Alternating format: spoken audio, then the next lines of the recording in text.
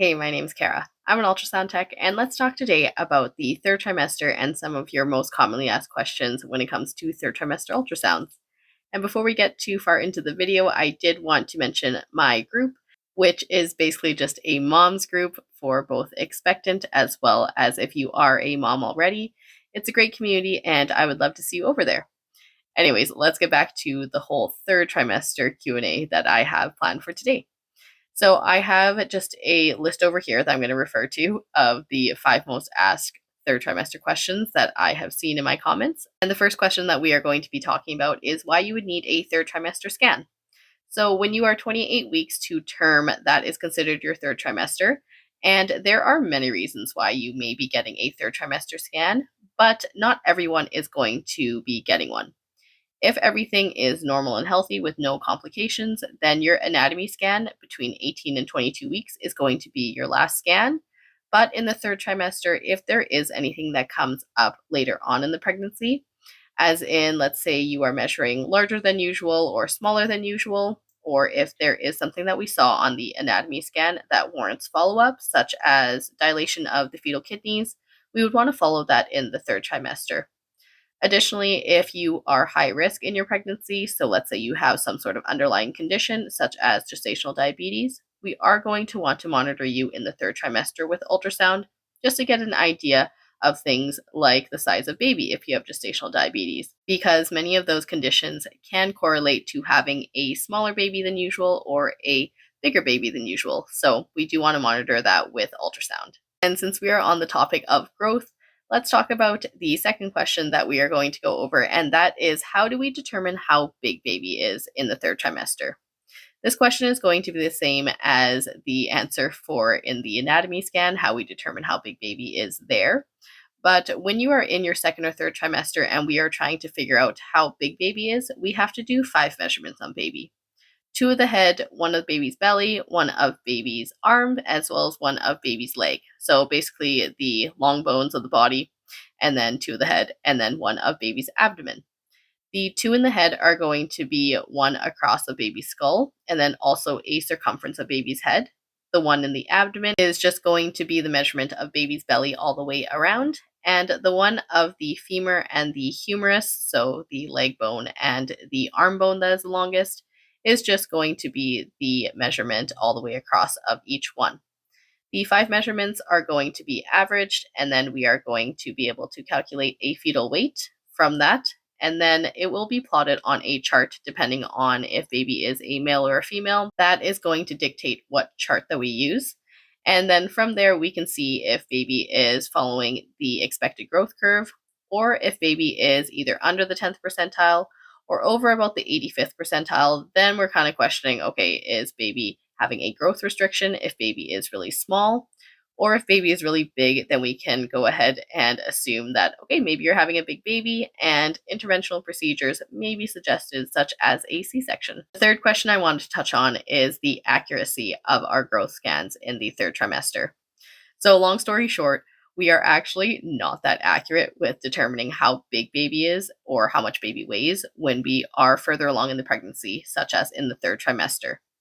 Now, in the third trimester, most of the scans that we are doing are to evaluate how big baby is. So I know this sounds really silly, but the further along you are in the pregnancy, then the less accurate the measurements are going to be, because there are more factors that affect the accuracy of the measurements at that stage, especially later on. So the 5 measurements that I mentioned before in the video, those are going to be harder to get accurate simply because baby is bigger. Therefore, we are not going to be able to get those ideal measurement planes that usually we are able to get. So that will throw off the measurement a bit, or even by a lot, if baby is in a really, really low position with the head and we're trying to do head measurements. They're not going to be that accurate. In fact, the farther along that you get, then the more the accuracy decreases and the more variation there is. So if you're getting a scan in the later third trimester, we are going to give you an estimated fetal weight, but it's called an estimated fetal weight for a reason, because it's an estimation.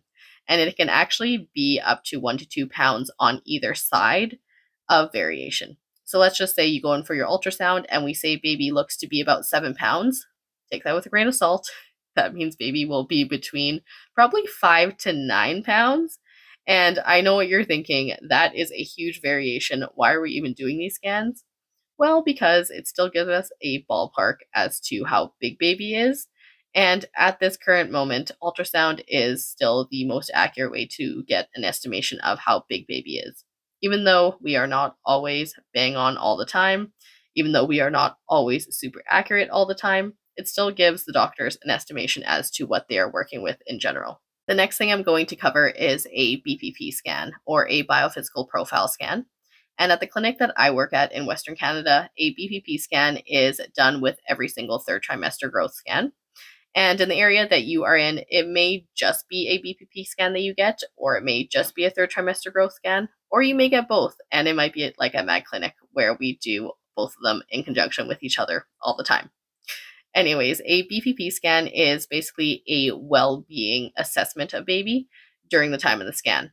So in the scan, we are scoring baby out of 8. So baby can either be a 0 out of 8, 2 out of 8, 4 out of 8, 6 out of 8, or an 8 out of 8.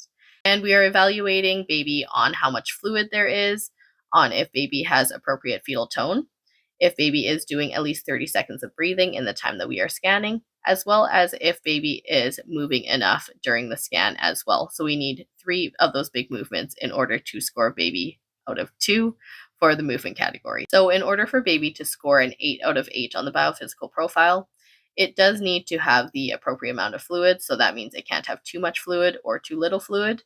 Baby also needs to show tone, which means flexion or extension, usually, 3 times during the span of our 30-minute exam. It also needs to breathe for a minimum of 30 seconds in that 30-minute time frame. And also it needs to have 3 big body movements in that time as well. If baby doesn't score well on any one of these, then they are going to lose points, 2 points to be exact. And if we have anything under a 6 out of 8, then we do stat that for the RAD, and you may be sent in for a stress test.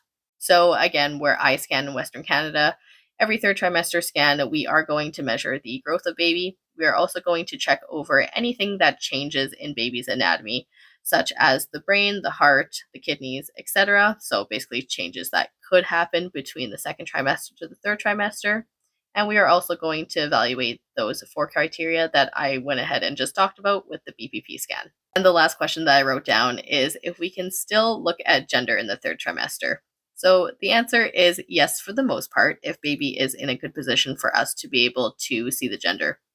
Kind of similar to the anatomy scan the second trimester, if baby is not in a good position, like the legs are closed really tight, then unfortunately we are not going to be able to see gender because of the position. But for the most part in the third trimester, it is pretty easy to see baby's gender. So if you are wanting a confirmation on gender and you have a third trimester scan, you can absolutely ask us to go ahead and take another look. And usually it looks more obvious in the third trimester just because things are bigger. So if you are curious about gender in the third trimester, absolutely ask your tech to go ahead and take a look, and we would usually be more than happy to do so. Oh, and if you guys have any other questions about the third trimester or about ultrasound or pregnancy in general, go ahead and leave them in the comments below, and I will do my best to go ahead and answer them, or I might do a part 2 if there are a lot of questions that are being asked and I see the same ones over and over.